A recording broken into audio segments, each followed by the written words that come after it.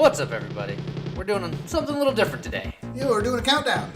Countdown of our favorite RPGs. I hear top 10s on the internet are pretty cool, so here we are. Yeah, this one's ours. Only one game per franchise, because if we didn't do that, about half the list would be Final Fantasy, and that's boring. It's true. So this list is going to be our personal favorite RPGs. Not necessarily the best, not necessarily the most popular, but the ones that we love more than anything else. We've played all of these games a lot. They're timeless. They're the best. We like them. You should like them. You should play them. Let's do this. All right, here we go. 10,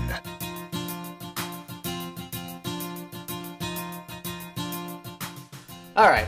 I know we're starting off this list in a weird place, but hear me out. In this game, there's no combat, there's no skill trees, there's no bosses, but in Harvest Moon, you got everything else.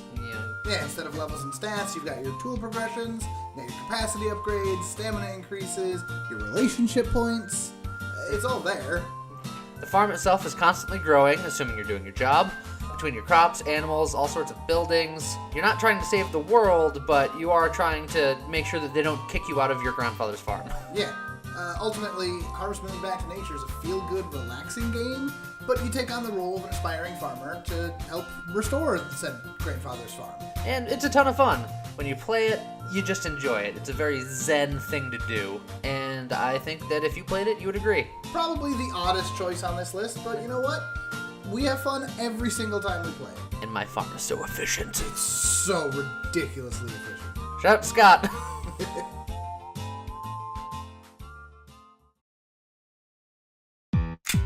nine,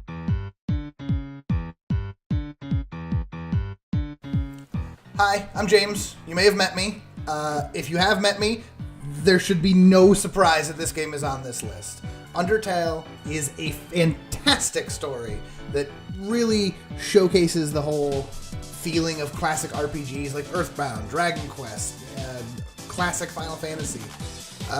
But it still keeps everything fresh and interesting for modern gaming. Undertale came out at the end of 2015, and it took over the internet by storm, and for good reason. Yeah, characters and plot elements that resonated with players, tons of replayability. If you're a terrible person. Well, you know, if you choose to play that way. Tons of different endings depending on what you do throughout the game to make you come back time and time again. Assuming the story doesn't do what it did to me and tug your heartstrings and you play it twice and put it away forever. On top of that, Undertale has an amazing soundtrack, which quite frankly is worth a listen even if you've never played the game and have no interest in playing the game at all. Yeah, seriously, Toby Fox is insane. You should absolutely go listen to the soundtrack. Plus, the game is all done in an art style that would have been at home on an SNES, proving that you don't need flash discs to sell a game. Final Fantasy 13.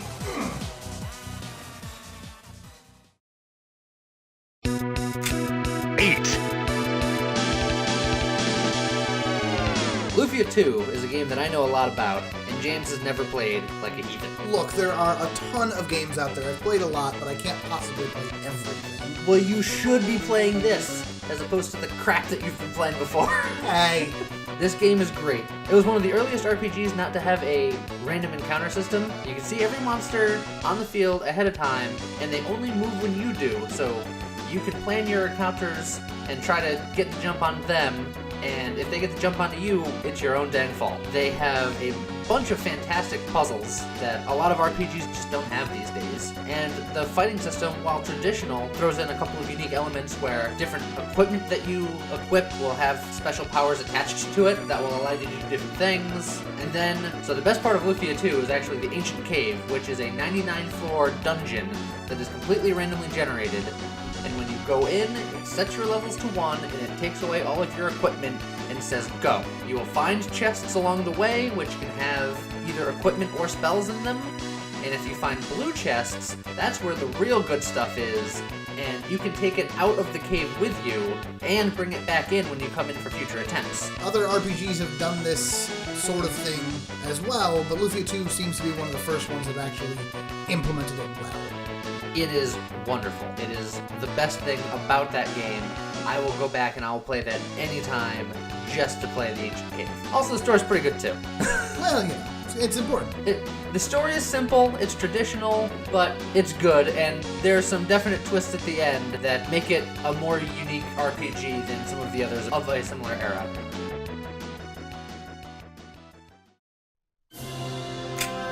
7,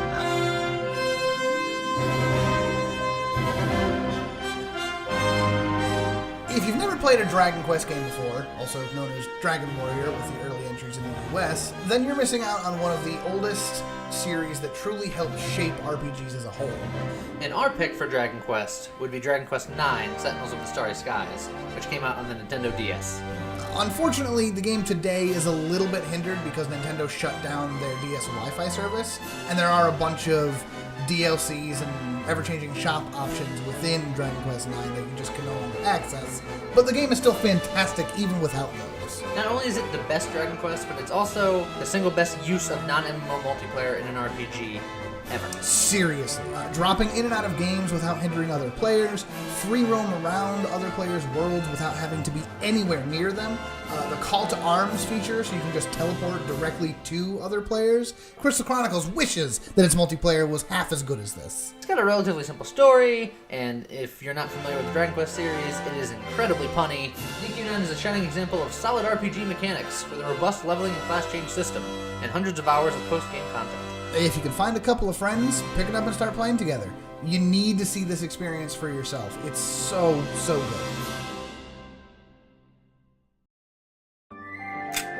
6,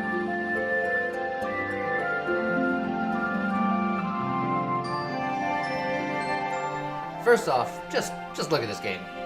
Look at it! The art direction in Valkyria Chronicles makes it one of the best looking games out there, period. It's got that sketchbook style that looks so good on its own, but it really shows off the main character's personality as well. Welkin Gunther, nature nut with aspirations to become a teacher, gets roped into a major war when the Empire strikes at his hometown. Pretty standard RPG protagonist motivations, but while the intro is a little cliche, everything about this game is anything but. The combat here is actually a blend of tactical movement and first-person shooter action, not something you see too often in an RPG. And you get to have free reign over how your team is built and how they level and progress. There's a ton of customization options, allowing you to play the game based on your own preferences and style. Plus, the game's story doesn't shy away from some pretty heavy topics. Death and destruction are common in war stories, but Valkyria Chronicles also keeps an underlying discussion on prejudice at the forefront of everything. The game has a few sequels, but none of them really captured our attention the way the first one did. So, play it. Or watch us play it. Yeah, Wednesdays.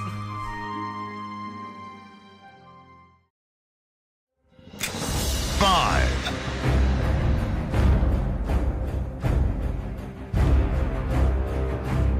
Alright, let's be honest. Like it or not, even if you've never even played the game, no one can deny that World of Warcraft has the place in RPGs. For years, RPGs have been seen as single-player experiences, like sitting down with a good book. And while it wasn't the first of its kind, it was, and honestly still is, the most successful, massive multiplayer online role-playing game of all time. The face of the game has changed dramatically over the years, but the core still remains the same. All of the story and leveling and character customization you love, with a party of characters controlled entirely by other people. The game first came out about 13 years ago, and many people have been playing it every week since then. I personally played the game for 7 years, the first 7 years. I had some great times, got some server first rate achievements, I got Gladiator a couple of seasons, helped run a rated Battleground team to the top 10 in the world the first season it came out. Aren't you special?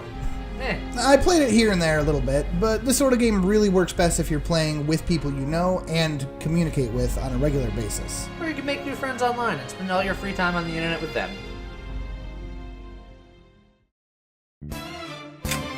4,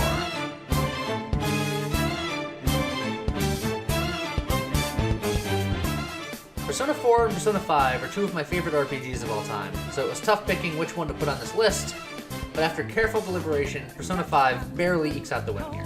Both games have fantastic characters, powerful stories, and great music.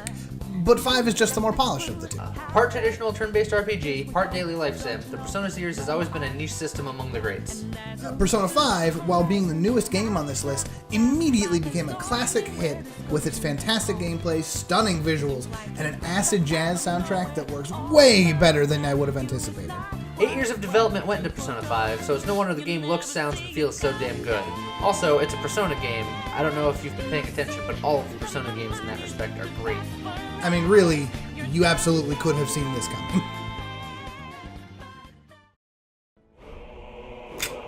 3,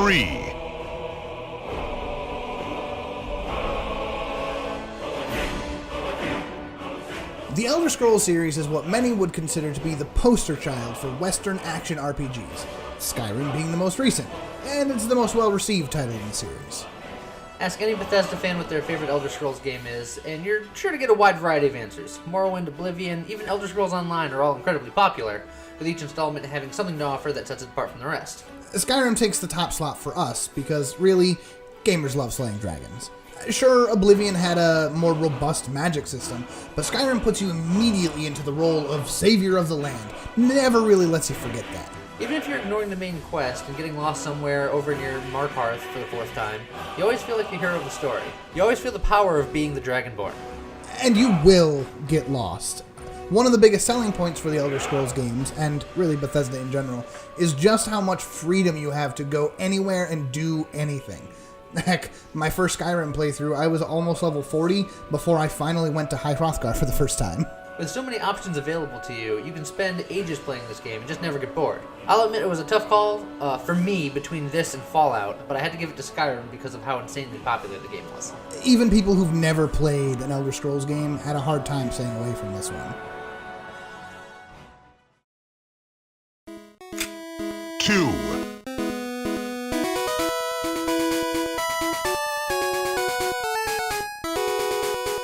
I don't care who you are, what type of games you play, or what rock you've been living under, you've heard of Pokemon. Everyone knows Pokemon. In the 90s, you couldn't turn on the TV without seeing an ad for the game, the trading cards, the show, the merchandise. Pokemon showed up and exploded in popularity almost overnight. The RPG mechanics were simple enough that anyone could pick it up and play easily. It's essentially a giant game of rock, paper, scissors. That said, the gameplay and strategies were pretty deep, and it doesn't hurt that the characters were bright and colorful and easily recognizable. Pokemon's popularity spread so wide that there's a protein in the human body named after Pikachu. The series has stuck around for ages, spanning a generation at this point. Today, kids are playing the remakes of the ones that were popular when we were kids, but we had to pick one to be the best. The very best? Like no one ever was.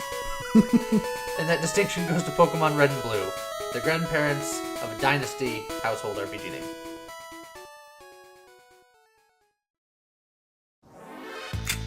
One.